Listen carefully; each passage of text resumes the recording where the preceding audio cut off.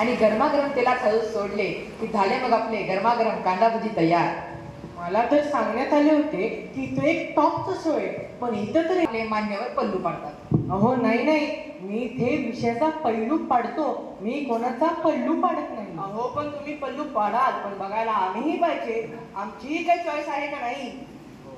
अहो हसताय काय तुम्ही? बरं असू द्या. आपल्या जे मान्यवर आहेत ते खूप मोठे करिअर काउन्सिलर आहेत, ज्यांची ओळख करून देण्यात मी अजिबात वेळ नाही घालवणार, पण ते जास्त इच्छुक दिसत आहेत, त्यामुळे आपण त्यांची ओळख करून देऊया. तर या आहेत खूप मोठे करिअर काउन्सिलर मिस्टर श्लोक गंभरे सर.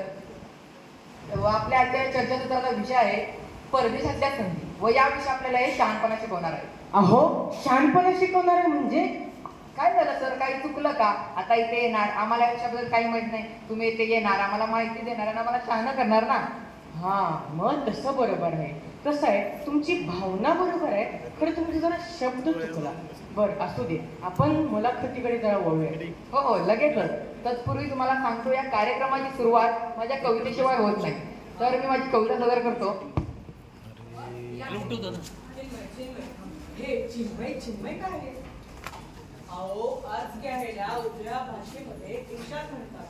कोण आहे इर्षाद? काय समजतो प्रकारामध्ये? चिन्मय चिन्मय याचं चिन्मय असेल तर माझा आप्पा.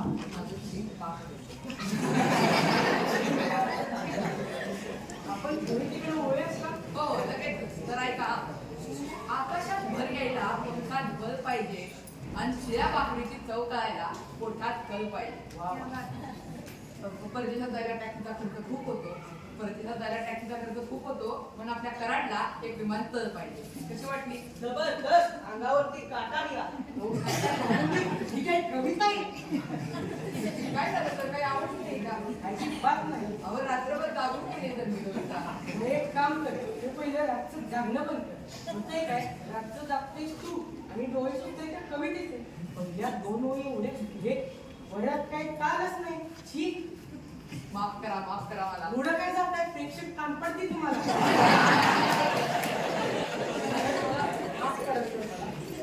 तर आजचा आपला विषय आहे तरुणांची संधी. तर मित्र, तुम्हाला माहितच आहे, भारत हा खूप साऱ्या तरुणांनी भरलेला देश आहे.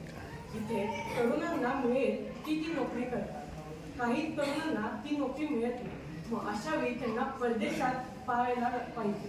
तर मला सांगा, इथे तुम्ही किती जण इच्छुक आहात परदेशात जाण्यासाठी? वा बघा, तेवढे चोखंद प्रेक्षक आहेत आपले. चोखंद कोणाला म्हणालाच नाही, तुला जरा काय भाव दिला नाही, तुला करतोय तू चोखंद. म्हणजे काय ते कधी शिवाय देत आहेत? मला चोखंद ही शिवीच नाही, ही मराठी साहित्य म्हणजेच मराठी वांग. काय करताय? कारची शिवला पुढे प्रेक्षक होते. तुम्ही केस कापले गाव? मग केस कापता कापता नहावायला तुमचा भलतच काय कापले गाव?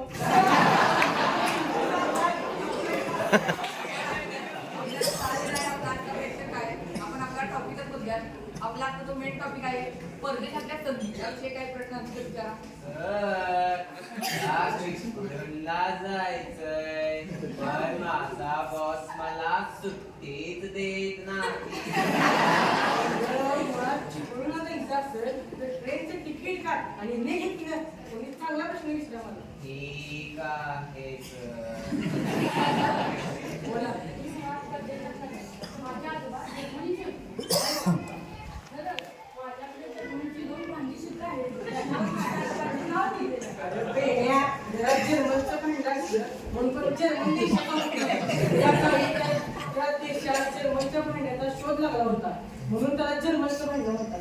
आता त्याला अल्युमिनियमचं भांडण म्हणतात. म्हणजे इथला अल्युमिनियमचा होता. कुठनं तुला लागलायला?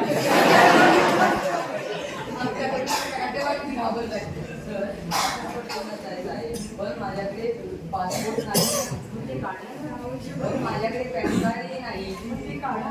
आमचे देश नाही का? मग ते सुद्धा काढा.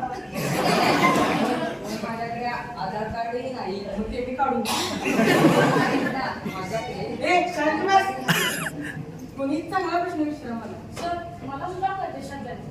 कशाला? मला परदेशी मालासोबत होळी खेळायची.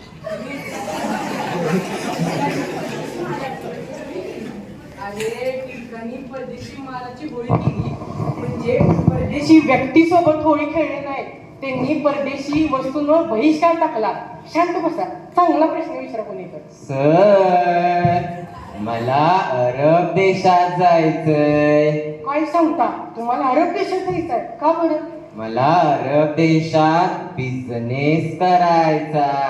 काय सांगता, अरब देशात तुम्हाला कोणता धंदा करायचा आहे? मी विचार करत होतो, टिंग आयडिया आली. मी अरब देशात वडापावचा बिझनेस करणार. काय सांगता, अरब देशामध्ये वडापावचा धंदा? अरे वा, तो कसा काय? कारण अरब देशात तेलाची विहीर असते ना, म्हणून त्या विहिरीच्या खाली आग लावून त्यात वडे तळणार व एक साथ खूप सारे वडे होतील. मग मला पण तुमच्या सोबत घेऊन जा. मला कांदा भजी खूप छान जमतात. माझी पण पावाची विक्री आहे, मला सुद्धा पार्टनर बनवा ना. जर तुम्ही सर्वजण जात असाल तर मलाही ना, कारण माझ्याकडे जर्मनीचा झाडाही आहे. वडापाव कसे देणार? 5 रुपये. तुमचे वडा तुम्हीच खावा. आम्हाला आवडतात. आपण सर्वे दुबईला जाऊ, तेथे वडापावचा धंदा करू. नमस्कार सर, इथे चांगले वडापाव कुठे भेटतात? दुसरीकडे कशाला, आपल्या शाळेच्या कॅन्टीनमध्ये